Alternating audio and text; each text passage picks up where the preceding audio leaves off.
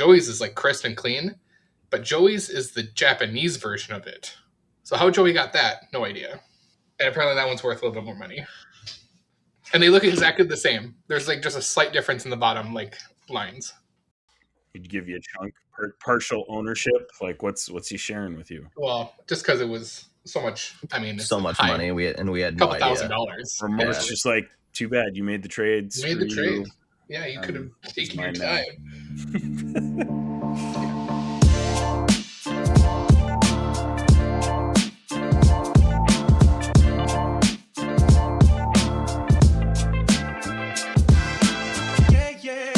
Hello and welcome to the Infinity Bros podcast, the only podcast that's perfectly balanced as all things should be. My name is Isaac Edlin. I am your host tonight, and I have a couple guests with me. One is my fellow Infinity Bro, the carrot top distributor and the tinfoil hat distributor of the Infinity Bros universe, Mark Jones. How you doing, Mark?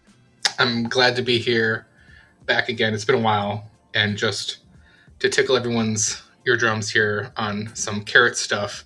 I just heard today, or read, I should say, that if you've been paying attention to all the UFO drop stuff on, aliens.gov, a legit government website, that apparently some whistleblowers or whoever, that there are 4 alien species, one of them being the, already known Nordic species that look like tall, blonde-haired, blue-eyed people. And the fun, conspiracy side of this is apparently people have been saying the reason why, because the CIA was involved with looking over 23andMe and Ancestry.com to figure out if these aliens live among us. And what's even a better cherry on top of that I read today, that I was like, this is a movie that needs to be made. The COVID vaccine was created to kill these aliens. Oh my god! And I was like, when you started the story, I was like, where are we going with this? And I never could have imagined where that was going to end up. I was just like, is someone just like, hey, let's get a 10 person writer room going and let's just create the craziest line of conspiracy theories. Like a TV show. Yeah, it's like you start with a real fact and then you just go insane. But then if you go deep, it's like, well, some of those bits have to be a little bit real somewhere. But there you go, people. There you go. There it is. That's a great intro to who Mark is as a person. So it's my soap operas. Welcome everybody. The second guest that we have joining us today is somebody who has never been on the Infinity Bros podcast before. It is good friend of the Infinity Bros, listener of the Infinity Bros podcast, Joey Kostelny. How you doing, Joey? Good. How about you guys yourselves? We're doing great. And Joey is a huge Star Wars fan, just like ourselves. And Joey and I had a date planned to go to Mandalorian and Grogu last week. And something happened. And we ended up going to different movie theaters. I felt so bad, Joey. I apologize once again. I don't know how that all happened. But we both got to see it. Yes. So that's the important thing. And we were texting afterwards, and I was like, yeah, this movie rocked. And now we have him on the podcast that we're going to talk about the Mandalorian and Grogu today. So in my haste too, I wasn't reading the screen of when I bought my ticket. So I purchased the very bottom next to the screen to the right instead of the top. Oh no. So I was looking like this the whole time. It was pretty bad. And my kids, every time we go to the movie theater, they want to be front row. And I'm like, no, we're not doing that. I don't want to have a sore neck when I'm done watching this movie. Very back corner. I wouldn't say that's nightmare scenario, but that definitely does put a dent in your enjoyment of the movie, I feel like. Yeah, I told Jen I want to go back and see it again because her, my wife, but I want to go back and see it again, partially because of that, because I will say the coloring was a little off where I was sitting. So sometimes it was hard to see. And then the proportions are off, when you're looking up at it too. And yeah, it's just that perfect one is I don't know, 4 or 5 rows back, smack dab in the middle, if you can get it. Personally, I like to be in the upper level, but the theater that we go to, we go to the Delano Theater usually, and usually they have 3 rows of recliners in front, and then the rest of the seats are normal seats. So my kids love the recliner seat. So I'll just pick the like furthest row back of the recliner seats that I can get. And it's usually decent. I'm a very back row corner guy. Ooh, back row guy. I'm a back right. That's where I like to see it. Interesting. What's the pull to being in the very back? You get the whole hmm screen. You're kind of looking down on it a little bit. Like I kind of like just the overall visual of it. You're far enough back, in my opinion, and then we like either the closest one to the center, so that there's nobody to the left of you, or very right or whatever, closest one to the aisle, so that way you don't have any but one person. You only have one person sitting next to you, which is usually significant other or friend or something like that. So it's not as bad. That's why I prefer it. I personally, I've done all over the place. It doesn't really matter to me where I'm sitting, but if I have a choice, that like smack dab in the middle is where I'm picking. Of course, that's the spot that everybody likes to pick, though. So usually I'm like picking one side or the other, but still kind of relatively in the middle of that theater. So either way, though, I'm all about the movie theater experience. So unless you're at a funky positioned theater, even those front row seats generally aren't too bad. But some of those smaller theaters, it can get a little wonky, like when you're in a weird spot in the theater or something like that. Alexandria has good theater. Minnesota theater. Theirs is like a decline versus stairs. So you're at the so their front row would be pretty decent to sit at. I'm gonna still sit in the back no matter what. But I was saying, Imagine Theater in the South Metro, and I think the Minnesota Zoo are the ones that have the giant IMAX. Ooh, I couldn't imagine sitting in the first 3 rows there, where that screen's just like so Right. massive. You're just like this. Huge. Yeah, the one at the Minnesota Zoo is out of business now. What? Unfortunately, yeah, I know. That's the one. That's the one that we used to go to. Well, Ben Brummer and I went to go to 7:00 showing of The Force Awakens, and we got a rollover accident. You got in an accident on the way there? How do you not remember that? I don't remember that. No. Oh, yeah, we totaled Ben's car. We were going over the bridge that goes from into Apple Valley from the interstate. Oh my gosh! He wasn't going fast, but there must have been ice or something slick, and we just tumbled. I wasn't wearing my seatbelt, and if I was, I would have been dead. Like I thought that was pretty traumatic stuff. Jeez! Wow. Yeah. Force Awakens. Was whenever The Force Awakens came out, so 2016. Yeah, that's what I was thinking, somewhere around there. That was your second showing. That's wild. Yeah, like that. I was going to my second showing. Midnight with all the people dressed up as everything. All right. Anyways, back to Star Wars. Back to Star Wars. So speaking of Star Wars, we are going to be talking about The Mandalorian and Grogu today, which we have all seen, and we had an absolute blast going. But first, any guest that comes on the Infinity Bros podcast has to go through the Infinity Gauntlet. Are you a heel or a baby face?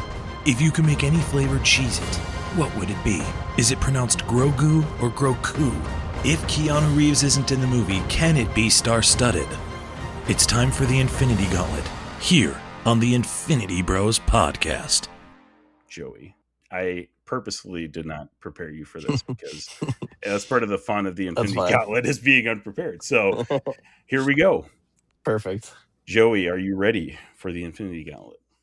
Sure. A unprepared sure. That's what we want from our guests of the Infinity Bros podcast. For those of you guys who have not listened to the Infinity Bros before, every time a guest comes on, we just go through the Infinity Gauntlet. Each of us gets a question that we shoot at our guests to get to know them a little bit better. So we've got a few that we've collected from the other Infinity Bros, and we ourselves have some. I got one from Infinity Bro Zane. He says, we're starting off mild here. We're just like going to build up, okay? What Star Wars creature would you keep as a pet? A porg. That's a solid one. Might get a little annoying, but that's fine. Or whatever the creature the Salacious Crumb is, that would be fun to have as a pet too. Yeah. I was really thinking Joey was to say like a Twi'lek, like as a slave. I was just like, what would you go? Wow. Okay. No. Those would be fun. What are those called? I forget. For sure. I just rewatched The Mandalorian, and when they're on that planet, there's like a tree full of them. Mm. It seems like they made for him to be a character instead of a pet in the original trilogy, but he pretty much is a pet, and they seem like wild animals in the Mandalorian episode. So a Nexu would be really fun too. I think if you could tame that thing would be cool. That's along the levels of like, you know, having a tiger as your pet. I would have a Mandalore as my pet. Would not go well. I could tame it. That or the like a crate dragon. Crate dragon would be fun. Could you imagine? We're just getting more and more wild. Right? Just have a Rancor in your backyard, just chilling, hanging out, chained up. Be a good time. Yeah, I'd ride that thing to work. I've got one more from Infinity Bro Robbie. He says, describe Luke, Leia, Han, Chewbacca, C-3PO, R2-D2 as Chicago Cubs. Oh, as Cubs. Okay. So where do they sit as a Cub? As Joey's thinking, the context is Joey's a big Chicago fan. He's a huge White Sox fan, Bears fan, Blackhawks fan. He's an okay level Cubs fan. Ricky Bobby. Do not put that evil on me. Big Bulls fan. Do not put that evil on me.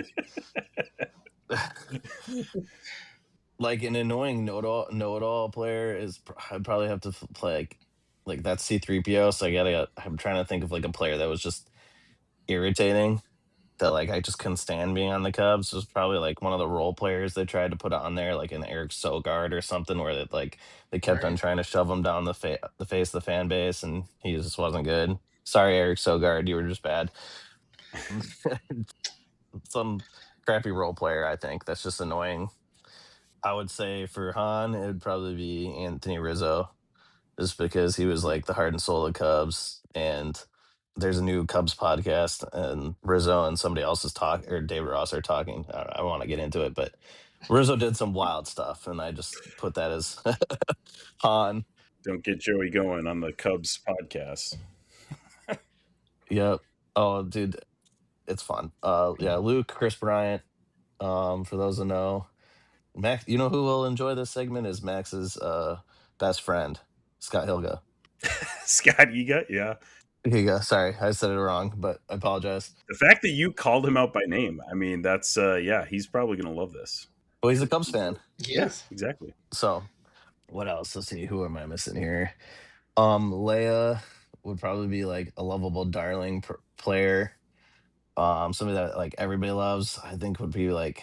I mean, I'm gonna miss this one's a little off. Like Kyle Hendricks, he's like really serious, real life dude, but like everybody loves him. So I think that's just kind of that person. Okay. What am I missing? Chewbacca and R2-D2. Yeah. Javi Baez is Chewbacca, and R2-D2 would probably be like one of the Cubs' just all-time pitchers. Just would go out there and shove every time that he came out, and I feel like R2-D2 would be like one of those pitchers that would just go out there and be a bulldog on the mound and just intimidate everybody if R2 was like an actual person. That's pretty solid. So I don't know. That's just more recent Cubs. So. That's a good list. I was not expecting you to have answers for everybody, so I'm impressed, Joey. Don't get me started on the Cubs. I got one from Max. His question is as follows. Which of the Infinity Bros probably has the most cosmic level kissing ability? And then how would you translate that to a Star Wars character? Well, considering the Mark, I'm going to say just is the answer. All-timer question by Max right there. Mark's the answer. Because Mark is the only one that I have kissed. Interesting. News to me. Whatever. It was a joke. It was a bit. We all know it was fun for fun. But yeah, I was. Yes, we all know. That's yes, it's a bit, we're all married. It's fun. I would say Mark, and if I have to compare Mark to a Star Wars character, is that what I'm supposed to do next? Yep. I'm gonna compare him to the deleted scenes Jabba the Hutt. You know what I'm talking about? Oh, I know what you're talking about. Oh my gosh, that's a nice callback. The guy that's just They made a pop They figure did. for the deleted scene Jabba the Hutt. It's literally in Target. Wait, they did? For real? No way. Yeah, it's in Target. I'm I'm gonna have dead to look serious. that up. It's in Target. It says deleted scene Jabba the Hutt. Oh my If I gosh, see it that's next time amazing. I'm in Target, Isaac, I'll snag it for you. Please do. That's amazing. Oh, that's so great. All right, me and you, Mark, we got the last two questions here. All right. Here's my question. If you could set, I mean, we've already done Rogue One between episodes 3 and 4, but if you could do another movie that is tying to the Star Wars canon between another set of movies, which ones would you pick and what story do you think you would tell? Well, I'm a big clone guy, so I'd like something a little bit centered around like what happened to like Cody and some of the other commanders. That you just like Cody disappears in the Bad Batch. You don't, and unless I'm missing something, I haven't seen anything that happens. Something like that, but I feel like that's kind of been overplayed with the Bad Batch. So I think it would be really, really interesting to do um something between the fall, like right after the fall of Empire. So kind of like the aftermath stuff, the Mm-hmm. book series, some like right around that, or just a straight like movie of them chasing down all sorts of different like rogue empire people. I think that would be fun. So some, I would say between episode 6 and 7. It's kind of this current era of Star Wars that we're, kind of in. I like that. Yeah, it's just hard to there like the clone stuff. I think I'm the only one that's going to want to watch that. Like I'm in. that's been done with the Bad Only Batch. Joey. Well, I know, but I'm just saying like that's been done with the Bad Batch, stuff like that. Right. I just want to see it because I'm a huge clone guy. Something live action with clones again would be really fun, though. Yeah. See, what would be really easy and fun would be Shadows of the Empire. You make that into a movie. You cast Sebastian Stan as Luke Skywalker. You don't have to have a Han Solo because he's frozen carbonite the whole time because it happens between episodes 5 and 6. You get Carrie Fisher's daughter to play Leia. You get why am I blanking on his name? Who was in Community that played Lando. You get him to play Lando. Yeah, David Glover. You can get David Donald Glover. Glover. You have Dash Rendar be played by Glenn Powell or someone like that. Yeah, just two of the biggest names in there. Yeah, exactly. And it doesn't matter who honestly, Glenn Powell is like a great casting for Dash Rendar. Who's playing? Why am I blanking on his name too? The guy who's playing Skeletor that no one likes, who's in Morbius. Jared Leto.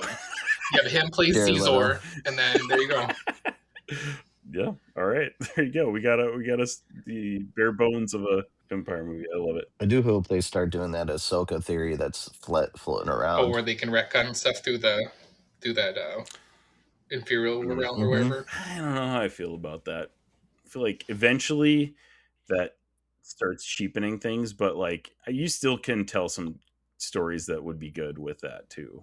But I feel like they might, if they do go into that, they might start overusing it a little bit. I don't know. If they're going to do it, it's a really good way to do a clean reset. True. You'd have to get a lot of people to trust that and buy into that. That's the hard part. Yeah. Because otherwise you start turning into like the Terminator, where it's, all the sequels are almost in different universes. Mm-hmm. Yeah. Yeah, but you're only resetting 3 movies. Yeah. I don't know that, man. Would somehow the Emperor still return? Yeah, all right. They fly now.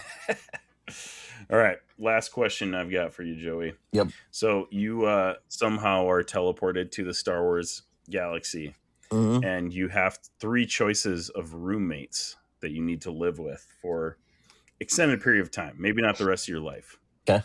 But number 1 is Sebulba. Okay. Oh, you're picking them. Number 2 is Gattori, who is the alien swamp guy in this movie, The Mandalorian and Grogu.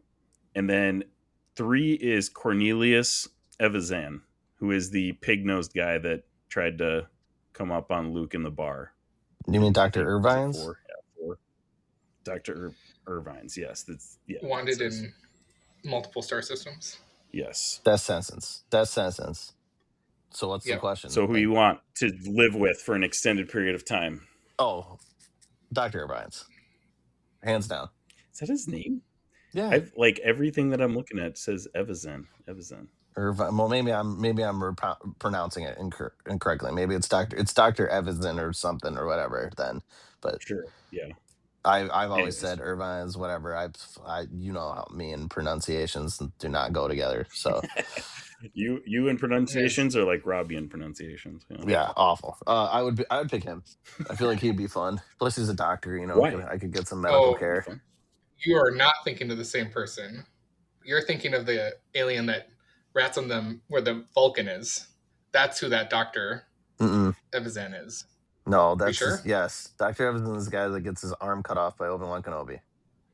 Yeah, yep, that's who I was thinking of. Yep. Okay. Great. I thought it was. I don't know. There must be another guy somewhere. Oh no, you're right. Well, it says doctor on his like. They call him Ponda Baba, No, the pig nose or walrus man. Alien is. Yeah, that's the walrus. That's the guy that's next to Dr. Evans. That's the one that pushes Luke originally, and then Dr. Evans is like, "Oh, I don't." He but that's doesn't who like gets you. his arm cut off, right? Yes, you're right. I'm sorry. He is the one that gets his arm cut off, or the guy that's the doctor is the one that's talking. So yes, okay. You are right. It's Cornelius. Okay. Yep. Evans, but it's Dr. Evans or whatever. We figured it out, everybody. I just can't pronounce names sometimes. I mean, Katori seems like a nice guy, at least. Well, if you watch the Robot Chicken version of that tale, it's actually pretty funny. They're both like just artists or something, and they decide to go to the bar, and it's a whole joke. And then the guy gets his arm cut off, and he can't draw anymore. It's pretty funny. I love that. So he's just what you're saying is he's basically, after he gets his arm cut off, he's just an artist, and then you just be chilling with him while he paints with his one arm. Well, no, I mean no, because the doctor is not the guy that gets his arm cut off. You're right. Sorry, the guy that gets his arm cut off is the other guy. Yeah, we just established. I would pick the doctor. Well, maybe Ponda Baba is his roommate, so you'd be living with both of them. I mean, I don't know. Perfect. Give me both of them. That's fine. I'll take those two. All right. Sebulba's just annoying. Can't stand him. Sebulba would just be bullying you all the time. I'd just be stealing his fish, and he'd get mad at me. Love it. Go listen to the pod race to a 9-year-old. Yeah. Say Poodoo a lot. There it is, Joey. You have completed the Infinity Gauntlet and survived. Welcome to the Infinity Bros podcast. Well, thanks. Thank you. Great job. I like that pretty much all those questions were Star Wars related. That was fun. It was a good time. All right. Well, we're here to talk The Mandalorian and Grogu, so let's go ahead and do that. Non-spoilers first. I want to know what your guys' thoughts were coming into the movie, and then just give a brief overview of what you thought of The Mandalorian and Grogu. Mark, why don't you go ahead and go first? I went into this movie literally maybe knowing nothing of the plot. I maybe saw the trailer once. I've really gone the Scott Higa route of just either not watching the trailer for a movie or just watching it once and moving on. And I went in with zero expectations to this movie. The only thing I kind of read about, because it popped up in my feed, was Jon Favreau made a statement about how he didn't know Lucasfilms wanted to make a movie for The Mandalorian. And I was just like, interesting. You didn't know that, but then you're 100% willing to direct it. And I was like, thank goodness he did. So that was me going into the movie. And from the moment the credits started rolling to the end, I was just all in 100% of the time. And it was interesting. I got a text during the movie from my wife, and I looked at the time, and it was already 2 hours. And I was like, there's no way that happened. The movie's got to be close to being done. And from start to finish, it also felt like a John Wick movie in a sense. So it's just like nonstop action. And then there's some great visuals and cinematography. I think it's an overall great movie. If you weren't to start, who I went with my church friends. One guy had only seen 2 Star Wars movies, and it was the newer ones. And he had no lore to this, and he said that was a good movie. So I think if you're not a Star Wars fan or just want to go see a good action movie, this is it. So, Joey, what did you think of it? I also loved it. In my opinion, it's in my top 5 of Star Wars movies. It was really fun. It was whimsical at times. I sat down. I had the same experience with Mark, where I was like, "Holy crap! It's already over!" And it's been this long. was just thoroughly enjoyable and fun. Like I don't get some of the hate that it's getting, and I just loved it. I haven't. It's been a while where you go to a movie and you just sit down. It's just been fun. Like that, I don't know how to just describe it other than it just was a wild ride of just entertainment. And that's what are we going to movies for? To be entertained, you know? So I loved it. Definitely feel the same as you guys. I mean, I feel like I went in with relatively high expectations. I mean, I wouldn't say I had no expectations, but you know, I feel like over the past 10 years, I've kind of learned to not expect too much of a movie that I'm going to. So went in and I mean, I knew I was going to enjoy it. It's Mandalorian and Grogu, and I've watched the first two and actually it was like 3-ish seasons because I watched the first 2 seasons and then I watched Book of Boba Fett, and I made it about halfway through season 3 before I went to this movie. And just rewatching all that, I was like, I was pumped when this movie came around. So I was ready. And it's such a fun movie. I don't know how you can be a Star Wars fan and go to this and come out disappointed, because it just was so much fun. Had a ton of Star Wars lore. It just felt like Star Wars. Mm-hmm. A lot of the criticism comes from like they don't really feel like it's a full movie, and maybe the stakes are a little bit lower. But yeah, I think that was the point. That's the thing, is like, I mean, if you weren't expecting this to be, you know, a 3 or 4 episode arc of The Mandalorian, which would be fantastic if that's what it was, then I guess maybe your expectations were a little bit maybe too high of this movie. So I don't know. I went into it and I had a blast. My kids loved it as well. And my kids have not been Star Wars fans their whole lives. Like every time I try to get them to watch Star Wars, they're like, "No, Dad, I don't want to watch Star Wars. It's a dad thing. It's not their thing. It's a dad thing." And I finally got them to come to this movie, and they both had a blast. So I'm like, this is my hook, hopefully, to get them into Star Wars. So I thought it was fantastic as well. And if my kids get into it because of this, amazing. I can't wait. Great. Mm-hmm. Yeah, exactly. So there you go. That's our non-spoiler thoughts. Here, we're going to get into spoilers. So if you haven't watched it yet, pause the episode. Here's your official spoiler warning for The Mandalorian and Grogu. This is Prepare yourself. an Infinity Bros Prepare yourself. spoiler warning. All right, now we're free, guys. We're free to talk about all the spoilers. I wanted to touch on because I've seen the criticism of like it's 3 or 4 episodes, so it's like, what's the point? Here's my theory on maybe why Disney or Lucasfilms did this, to maybe prove a point or see how it does financially in the movie theaters, where it probably does cost $140 million to make 3 or 4 episodes. And like, hey, can we make this in the movie theater? And maybe they're going to find out like, no, we can do a little bit cheaper and just put on Disney Plus. So that might be the test run we're getting here. And so that's just my theory. I have nothing speculated on that. But yeah, it's like just like that type of, rabbit hole. I'm thinking, I mean, that could be the reason why. Because yeah, there was no reason for us to have a movie. We ended season 3 with them just being fine and doing nothing. Like we didn't see anything on the horizon. And that's where that's what made me curious, is like knowing that, like, what is this movie going to be about? And then going off of that, I think what made this movie a lot more special to me, with no expectations, I didn't expect a big cameo. I didn't expect Luke Skywalker to show up. I didn't expect some big name character, because we're between episodes. I mean, Return of the Jedi and Force Awakens, so we could have a whole plethora of people we've seen before show up, or Mace Windu show up, or something like that, where it's just like, who's going to come back? And they didn't do that, and they stayed just true to the characters and told us a singular story, and they left it like that. And I thought they did a good job. I mean, visually, I think this is where it needs to get more props. Visually, and like the sound to it all, and the costuming, because they use a lot of practical effects, they need to win awards. That's how I felt leaving this puppetry. movie. Like Grogu puppet was amazing. It was animatronic. Oh. So it's like all these things where I heard they use stop motion too. Yes, and some stop motion. Yeah, for the big droids that they had, Those are stop motion. Isn't that insane? That's wild. Crazy. So I think So that's cool. probably knowing like that type of stuff costs more money now than it did like 40 years ago because it's such a niche thing now. Yeah. So that's where they could have spent a lot of their It's money. so like time consuming to do all that. Because really, they're only can the just two throw it digital on. characters I don't we know if got that's was a Jon Favreau thing. yeah, I think it is Could Jon be. Favreau. He's a big practical guy. I Right. mean, he's a big fan. And Well, same Dave he Filoni. was when he did Elf, he like insisted on doing those stop motion stuff, like with the Archie Puffin and the narwhal. Yep.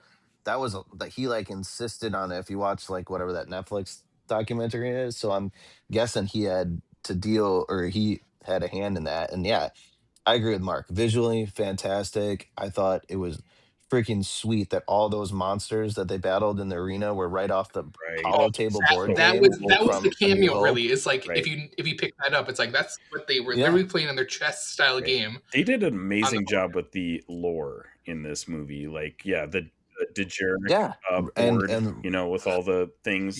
Like, that was so cool. Such a great nod, and it's like something that you don't need pushed in your face. It's just a really cool Star Wars reference that they just like dropped in there. Awesome. If you pick it up, great. If you don't, it's still visually cool.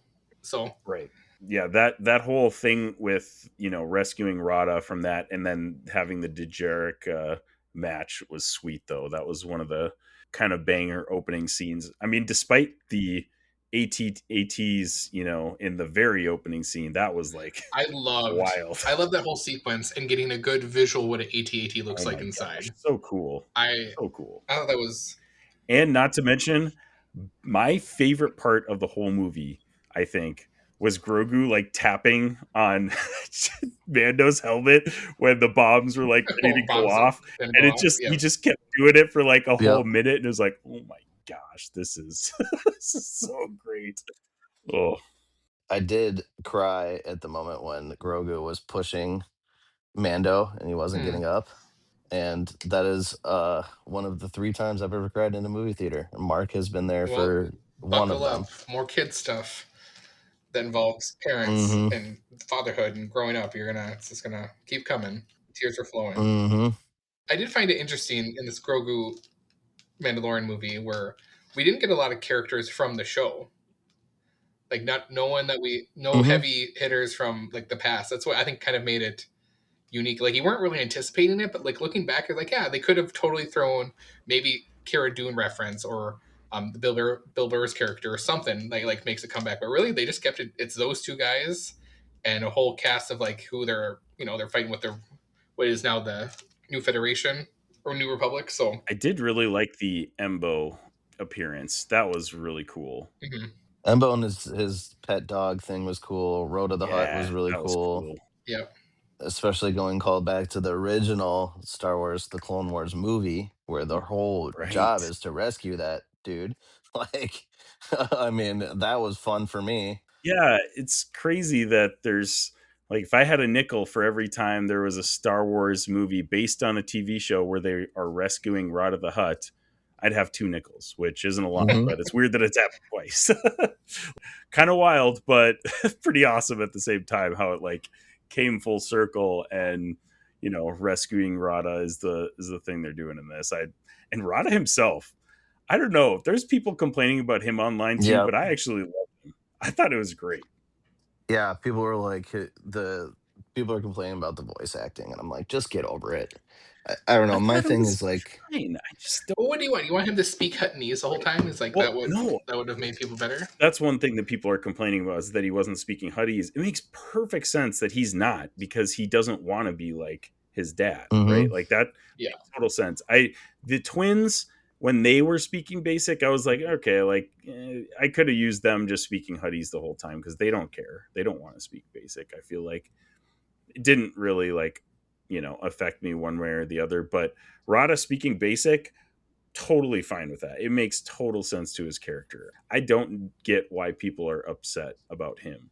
All the stuff about him wanting to like be his own man and not wanting to be a part of his father's legacy, I ate all that up. I thought it was great. I don't understand the outcry about him.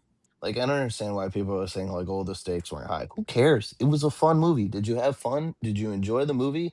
That's Right. what you're going for. And I thought it was a great Star Wars movie, especially with some of the Star Wars movies we've had in the past where it's just everybody has something to complain about. And that's what I think we're kind of to this point. Like people are just whining and complaining to complain about something. Like I went in there not much expectations and I was like, "Oh, this movie rocked." Like every bit of it rocked. And the callbacks were fun, the visuals were fun, like we all know the Mandalorian's not going to die. We all know Grogu's not going to die. Like, so what are you sitting here whining about the stakes? Like, the dude has been blasting people away for 3 seasons of The Mandalorian. Like, you think him and Grogu are just going to up and die in the movie? Just have fun, people. I'm just Well, so maybe tired they of don't show up in this. the Force Awakens. Yeah, well, I know. That's my thought exactly, Joey. With all that, where what do you want to stake so high that it like puts the Force Awakens to shame? Because I don't think that would work with this character because Right. he's two. It's just two people. Yeah. It's not a mhm. whole. I think it's a little different with the Jedi, where you can really believe a full trained Jedi, or even like someone like Luke Skywalker can take on Right. some big bad. Well, Where I think you could, if you keep making these type of movies, you could progress this, the stakes a little higher and higher. Or you can start if they're going to do, an Ahsoka movie or some Thrawn movie. That's where you can thrust him into that series. true. I feel like that's the whole appeal of The Mandalorian and other, shows and stuff they've been making, notably like Maul Shadowlord's show too, is that these are not universe breaking stories. They're stories from little pockets of the Star Wars universe that are well told stories. I don't feel like we need to have the universe on the line every time we have a Star Wars movie. Like Right. it doesn't really even make sense that you would. But The Mandalorian, Well, especially, and that's what the point of this. that's one of the reasons why it works so well, because it's just this small scale like adventure story that you're going on with Mando and Grogu and all these like side quests, So it makes perfect sense that this movie was a big side quest, which was awesome. hmm I don't know. Yeah, I don't get Yeah. all the hate about it. It just doesn't make sense. It's also one of those, going off of the thought, like, how can you make it better? And like that's where I've been thinking about this, and it's like, okay, could Bo-Katan come back? No. Could you have made this movie about Moff Gideon and like he escapes? But it's like that makes the stakes huge. That it is, him fighting against a whole army. So like that wouldn't be the point. So that's where you can progress to where they have a whole team, and then they're going off Moff Gideon again. That's where it's like if we're just following these two, then we still got to keep it in this spaghetti western space opera type of story. Right. Speaking of team, though, like I don't mind the idea of a team because Yep. we had like Zeb, Zeb Aurelius joins them and he's like kind of along for the ride. And then they had Rada for half of it, and in the middle of the movie, that was their big cameo right there. Yeah, that's true. Yeah, that was another cameo. But that was a good one. Like I feel like the cameos that they did were tasteful and like meaningful to the movie. Well, they yeah, weren't just like Zeb's not a main shoved character. in there. Zeb's the pilot who Zeb has some was quips, fun, and like he just he's just there as a helping hand versus a main character. Halfway through the movie, I almost thought that Rada was going to be like joining their. That's what I thought crew, too. Like it's going to be a part of the crew. Mandalorian. I was like, I'm all for that. Like Grogu that would be and awesome. Rada. But a Hutt like traveling the galaxy with and them, in Mandalorian that armor at sounds some awesome. point. Mhm. Oh my gosh. A buff Hutt, by Yeah. the way, because he was ripped. Wild. I thought that was awesome. Yeah, I don't know, Just man. a different I take loved on the it. Hutt. Like I love it. Yeah, that was fun. It was. Yeah, that's the other thing. The Hutts are always these just gangsters and just crappy people. It was kind of nice to have like a different take. I agree with you. I didn't even think about that. It's definitely a movie. If I didn't have kids and was single still, I'd go see probably 2 or 3 more times. I know I want to go see it again, but like I enjoyed it that much. Legit, Yep. I would want to go see it again because it was just so much fun. Like I just had a blast. Well, and that was my thing. It was just fun. I didn't need Moff Gideon. I didn't need any If of you're that a stuff. critic and you're analyzing every single thing, I totally get why this is a movie that is not going to win Oscars. Mhm. And typically, Star Wars movies don't. Like, it's not really that different from any other Star Wars movie in that sense. Well, I've also seen people say like, "Oh, they treated Grogu like a pet." I'm like, no. Everybody that was a bad guy tried to say he was a pet, but in my opinion, Din never ever treated him as a pet. No, he treats him as a child. Well, he did say heel a few times. That Yeah, was a but little like, weird. okay, but yes, but he's saying that, but But he's he's not. treating him I as a don't. To warrior. me, I'm not reading the. Like he's treating him as a Mandalorian, so he would have Yeah. been told that as a Right. child I too. don't think it was that big of a deal, but Well, but okay, that's typically but at what the you same tell time, like a dog. Grogu's not a human being. Grogu is obviously a species that's still unnamed. Seems like we're Like, being kind of speciest here, Joey. I don't Wow. know if we really want to get into this. oh, whatever. I mean, go back to the question Isaac asked. What roommate? He clearly did not pick the more alien or species one. He picked the more That's humanoid true. one. That's true. I don't know. We might have to keep an eye out for Joey here. You guys give me a better alien species. Okay, well, let's just eliminate the doctor then. So Boba and what's the other guy's And name again? Bo-Katan. Who do you pick as your roommate? Yeah. Bo-Katan, Who would it be, Padme, Joey? or a Twi'lek? Who do you pick? Oh my gosh. Bo-Katan. Yeah. Oh man. Yeah, but I mean, all of the stuff that people have been saying online, I feel like pales in comparison to what this movie was meant to be. And that's a movie that everybody can watch and have fun. Like Right. my 9-year-old and 6-year-old came with me, and it did actually get a little intense for my 6-year-old. I thought for sure, I was like, oh yeah, they're gonna be fine, no problems. But that big like snake monster fight with him and Din is pretty intense. So she actually like kind of like was covering her eyes and like getting a little scared during that part. But Grogu makes everything better. Like they love Grogu so much. So Yeah. anytime Grogu showed up on screen, it was a win for my kids and for me, honestly. The other thing that I see people complaining about with Grogu is that we're still at baby Grogu. And I was like, did you watch this movie? This is like a coming of age movie for him. He goes off planet, gears up, and comes back to save Din. How can you watch that and be like, oh, he's still a baby? Mm-hmm. What do you mean he's still a baby? He's doing stuff by himself. I don't get it. Like maybe it's the like he's still not talking that they're getting thrown off by, I guess. Well, and that'd be the thing too. It's like what is if we had the inside access to talk to Dave Filoni and Jon Favreau, what is their plan to like turn Jin into then more of a teenager? Mm-hmm. So he starts talking. He's a little bit bigger. Is like, are we gonna go with this species that we don't know the name of? Like, because if you go back to Yoda, it's like, when does he start talking? Right. Does the species all of a sudden just boom, they hit 100 and they're what they look like for the next 900 years? Well, that's the thing. We don't know much about their species.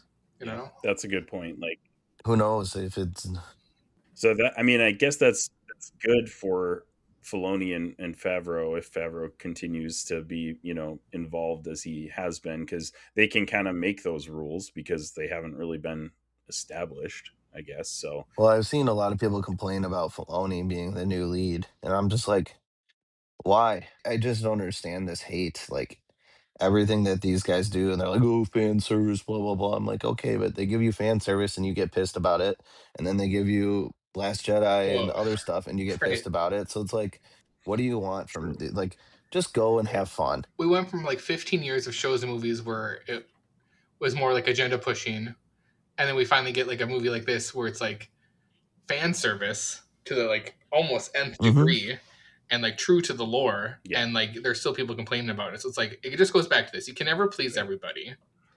And I even go like, I'll even say this, like with the Acolyte. That sure, there were parts in Acolyte where I was like, this is just dumb AF. But at the end of the day, when that series ended, I was like, excuse me, I need more of this. I need to see where this is going. Like that's why I felt about it.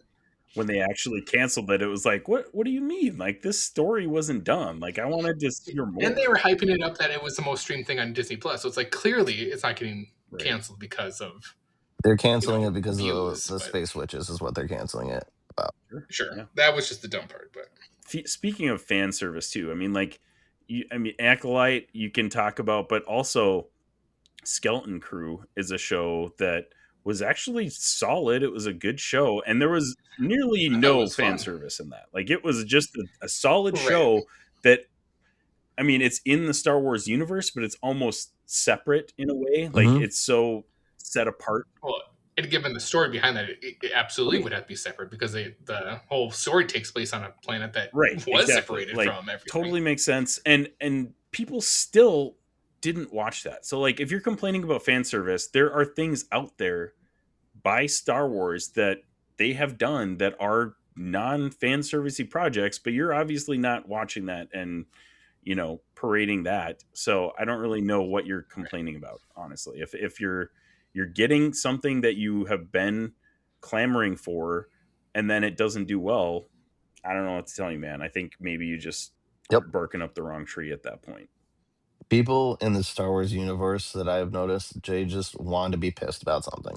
Mm-hmm. They don't like the way the Disney's going. They don't like this. They hate, oh, the Rise of Skywalker was just a total slop. Okay, I understand. There's some things about certain movies that I don't enjoy, but like, just sit down. Like, people bash the Book of Boba Fett. And I'm like, what was wrong with the Book of Boba Fett? Yes, it had that weird Mandalorian 2.5 in the middle of it, but half of it was the I get Mandalorian. That that. was funny. I get that, but It like, still was fun. I loved it. well, that's my saying. But then you're going to sit here and say that some of the stuff that Marvel's putting out lately is better than that. I'm sorry. That's fair. What are we whining about here, guys? Like, we had no Star Wars content for so long. The only thing we had was a kids TV show that it sometimes I think was a little bit more adult than people realize, Oh, yeah, and the people later seasons, don't. Clone Wars got way Yeah, more adult. people don't watch it because they're like, oh, it was a Cartoon Network show, and I'm like, that's some of the best Star Wars out there. But that's besides the point. But like we had nothing for years, and they finally give us a plethora of stuff. And yes, not all of it is fantastic, but like, just sit down and enjoy it. That we're still getting Star Wars content that in parts are great. Yes, some parts aren't, but don't hate it so much that you can't take any enjoyment out of it. Like, you've gotten to the point where this is a movie that's really enjoying to watch. It's fun. There's no bad stuff there's no agenda pushing. It's just entertaining, fun enjoyment. And people are like, this thing sucks. I'm like, whatever. I'm just so tired of it. Yeah. And I will say this off of Joey's thing about comparing it to Marvel, where if you go the last 6 years of these shows and movies, I really don't think you could ever. I mean, someone can prove me wrong, share a link, whatever, make your opinion on this.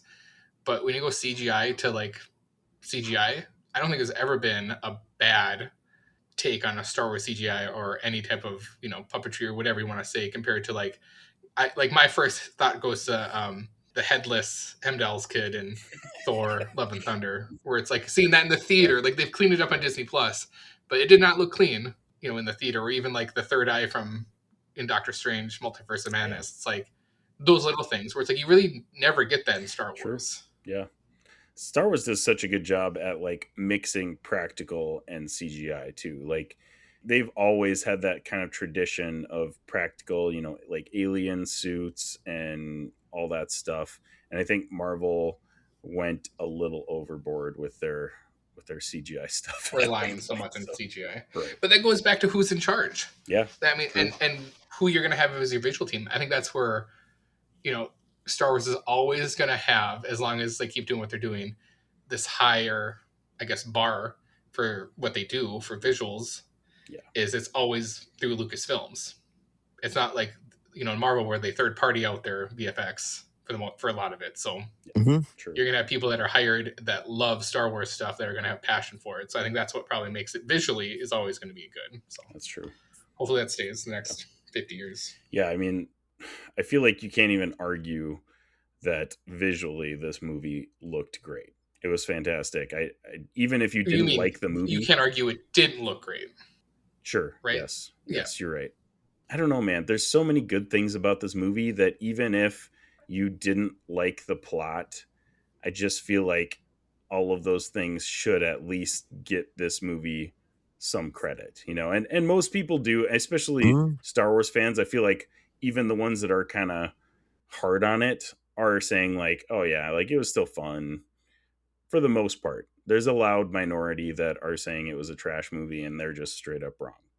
But for the most part, I feel like most Star Wars fans can appreciate the good things about this movie, even if they didn't get what they wanted out of it necessarily. So I don't know, guys. Should we go into ratings? Have anything else to add before we kind of start to wrap things up here? I'm good. All right. Let's start with Joey first. What was your rating of The Mandalorian and Grogu on our 6-point scale? Here on the Infinity Bros podcast, everything is ranked from a 0 to 6 point scale. 0 meaning horrible, and 6 meaning absolutely excellent.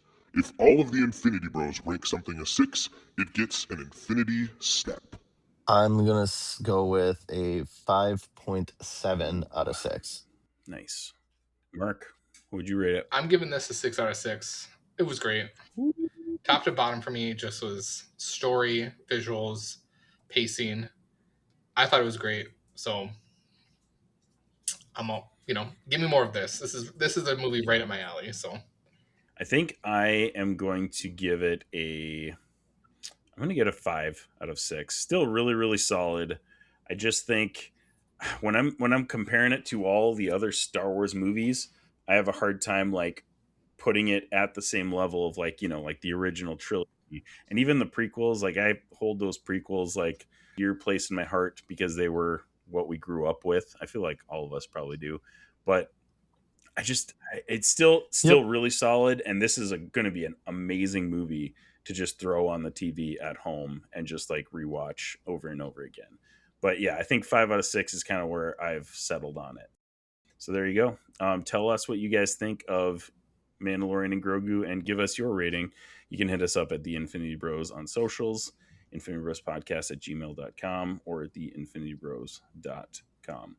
All right, guys. So we've got one more thing before we kind of close out the episode here. We want to go through our Star Wars movies. So I guess you could even call this a top 6, even though we're probably going to go through all of the movies, quickly. But where does Mandalorian and Grogu fit into your like ranking of the Star Wars movies? So here we go. Mark, do you want to start first? Like where does this fit on your list? That's a great question. I probably have to say a top 3 for me for movies. Oh, dang. And top 3. And this includes Rogue One in my top 3. Yeah. Right. I'm going anything cinematic live action. Are we talking favorite or are we talking cinematic live just action? movie? You can go either. Like, I mean, I think favorite is probably what we normally do. Because I have different rankings. Favorite is probably what we normally do for our top 6s. Okay. Yeah. Are we doing a top 6 or just where it lies on our rating? I mean, just like where it fits on your list. As of right now, if you want to go through the whole list, no, I don't have that prepped. Okay. But yeah, my top 3. Joey's got it ready. He's just like my top 3 is going to be Grogu, Episode 3, and Rogue One. Those are my Star Wars top 3. Those are your top 3. Yeah. Dang, it hit your top 3. Yeah, as of right now. That's wild. Yeah. Wow. Okay. Joey, where does it fit on your list? 5 for me. 5, like it makes my top 5. All right. Yep. That's solid. 5 total. You have your list with you? Share it with us. Let's see it. I can tell you my list. I'll go from bottom to top. Worst, Rise of Skywalker. Then I would say Last Jedi. Then I would put Phantom Menace down there. Then I would put Solo. And I'm not saying Solo is a bad movie. I just out of the rankings in there. Then I'm going to throw Attack of the Clones because I'm a big clone guy. I like the clones are there. Then The Force Awakens because I think The Force Awakens just it was just so fun to have Star Wars back. I don't think we can hate on that movie. Were great. So you got there, and then we're at what? We're into the top 5, right? Because we got 5 left. I think so, yeah. Well, you still got Rogue One. Unless Rogue One's in there. Yeah, trust me. Then we got Mandalorian and Grogu. Yeah, we got Mandalorian and Grogu at 5. Okay. We got this is my favorite. This isn't like best movie, but this is just like my favorites. Then I would go Empire, New Hope, Rogue One, Return of the Jedi. Return of the Jedi at 1. That's my list of favorites. I'm a big Wedge and Tilly guy, and Tilly's guy. I love the final space battle. I just every bit of that. I can sit and watch that Rise of space Skywalker battle. Your bottom one. If you love Wedge so much. Yeah, true. He does come back for Rise of Skywalker. He does come back in the first for like a couple seconds, but and apparently it was amazing. Apparently, Wedge doesn't have that much weight in his rating. You know what? My issue with Rise of Skywalker is like I don't particularly care for The Last Jedi all that much, but My problem is if they were going to go the route that they did with the Last Jedi, just stick to it. You released the whole movie about Right. it. Well, I've Just said this a few stick to it. times. They should have never went with Rian Johnson. They should have stuck with J.J. Abrams Yep. for all 3 movies. Yep. Right. One visual. Yep. However, I will die on this hill. I'm going to say this right now. The Last Jedi has probably the best visual effect in any Star Wars movie, especially if you saw it in theater. You were blown away by the scene where they go to hyperspace through the ship. That is probably the most spectacular visual of any Star Wars movie. But yes, I would agree, it's not that. And then the battle at the end on that planet is beautiful as well. Yep. Like it's a beautiful movie. And yeah, I agree with you. When story is kind of gross and disgusting. Yep. But like my thing is like, all right, cool. You're gonna go with that. That was what you put out, so go with it. Don't make a third movie that's an entire retcon of that second movie. That's my issue with Rise of Skywalker. Now there's fun moments of Rise of Skywalker when all the ships show up and all that stuff, cool moments, stuff. But there's just some, like they kill off Snap Wexley for no reason. And if you read the Aftermath books, he's a huge character in those books. And they just kind of treated him like this. He was just, oh, we're just going to kill him off. Like nobody knows who this guy is. I'm like, what are you doing here? And then like the other thing I have an issue with the new trilogy. I mean, this is kind of a tangent, but like if you read those Aftermath books, they're some of the best Star Wars I think are out there. You read those books and you watch the new trilogy and it kind of leaves a bad taste in your mouth. That's fair. But like I don't know. Rogue One I think is the second best Star Wars movie. Rogue One is really good. Like in general. I think the best, like not my favorite, but the best Star Wars movie is Empire, in my opinion. But I think Rogue One is 2 in both my lists. But yeah, I think Mandalorian and Grogu is top 5. So I've got it kind of in the middle. I'm just like going off the dome here, so I might forget one. But bottom to top, I got you. Attack of the Clones, least favorite. I'd say depressing. Okay, and to be clear, all of these I love. I love all of the Star Wars movies. So like the bottom. Okay, I would agree with Isaac on that one. You know, I hate saying that it's like a bottom 3 Star Wars movie for me or something like that, because I would rewatch all of these in a moment's notice. Yeah, I love Star Wars because of Star Wars. Even the Rise of Skywalker is fun to watch. Attack of the Clones, I think, is probably the most boring Star Wars movie. Still good. The Last Jedi, just because of how screwed up the sequel trilogy is down there. And this is a hot take probably, I'm a Revenge of the Sith hater. I don't like it as much as nearly as any of the other Star Wars. I forgot movies. So Revenge that's of the bottom Sith. 3 for me. I did forgot that in my rankings. Yeah. That one slides in at 6. So that one is down there because I was like coming into, you know, like middle school, I think high school when that came out, and the dialogue between Anakin and Padme drove me insane. Like it's so bad that I was just like, I hate this. But everything else about the movie rocks. Like obviously the fight with Obi-Wan and Anakin is fantastic. But yeah, so that, and then Rise of Skywalker is probably down there. Phantom Menace that's like my comfort Star Wars movie. It's just fun, and I have a lot of nostalgia for the Phantom Menace, so that one's there. I'd say Mandalorian and Grogu probably is right there. I think, I'd probably put Solo lower than Mandalorian and Grogu. I think Solo's down there. Then we got Force Awakens.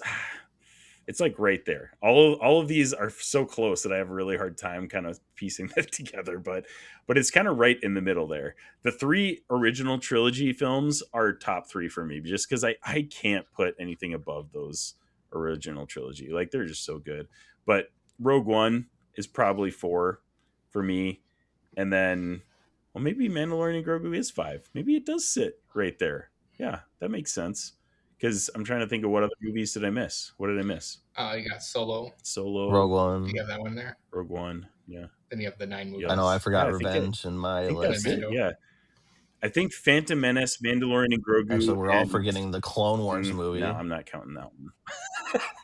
Live action. Just live action. But yeah, I think it's right there, like right at number 5. So yeah, I'm kind of with you, Joey. I feel like that's kind of where it sits. Like it's a solid Star Wars movie, and I feel like it's going to be really rewatchable when it finally drops, on like digital and buy physical and stuff like that. So, What is your least favorite Star Wars project? Project? Like just any like TV shows, Resistance in general. I tried watching Resistance and didn't make it, like, because it's rough. Yeah, I tried it too. I couldn't do it. Rebels is a kid's show, but the story in Rebels is so good that, like, fantastic. Resistance is a kid's show, and it's a kid's show. Like, it's just like, yeah, this is. It's kind of like that Spider-Man cartoon where they're all the multiple Spider-Mans with giant heads. Where it's like, this is for kids. There's no story behind it. And his amazing friends or whatever. There's no lore to catch up on this. It's just the characters and whatever they want to do. But like that might be the only Star Wars thing that I like actively dislike. I think everything else I've enjoyed. It has its place, and Maul Shadowlord was so good. We talked about that on the last episode. That's my next watch. So good. Yeah. Oh yeah, you got to watch that. It's and amazing. Over the next week and a half, I'm grinding through it just because I've been busy with the new kid and saving up a bunch of shows to watch, and so that's on my list there. It's awesome. Yeah, I believe it, and I'm not the biggest Maul guy, but I'm excited. Joey, thank you so much for joining us, man. Yes. It's been a blast. Thank you for having me. I appreciate it. And Mark, thank you too. Happy to be here. I don't know if my camera is going off on your guys' end.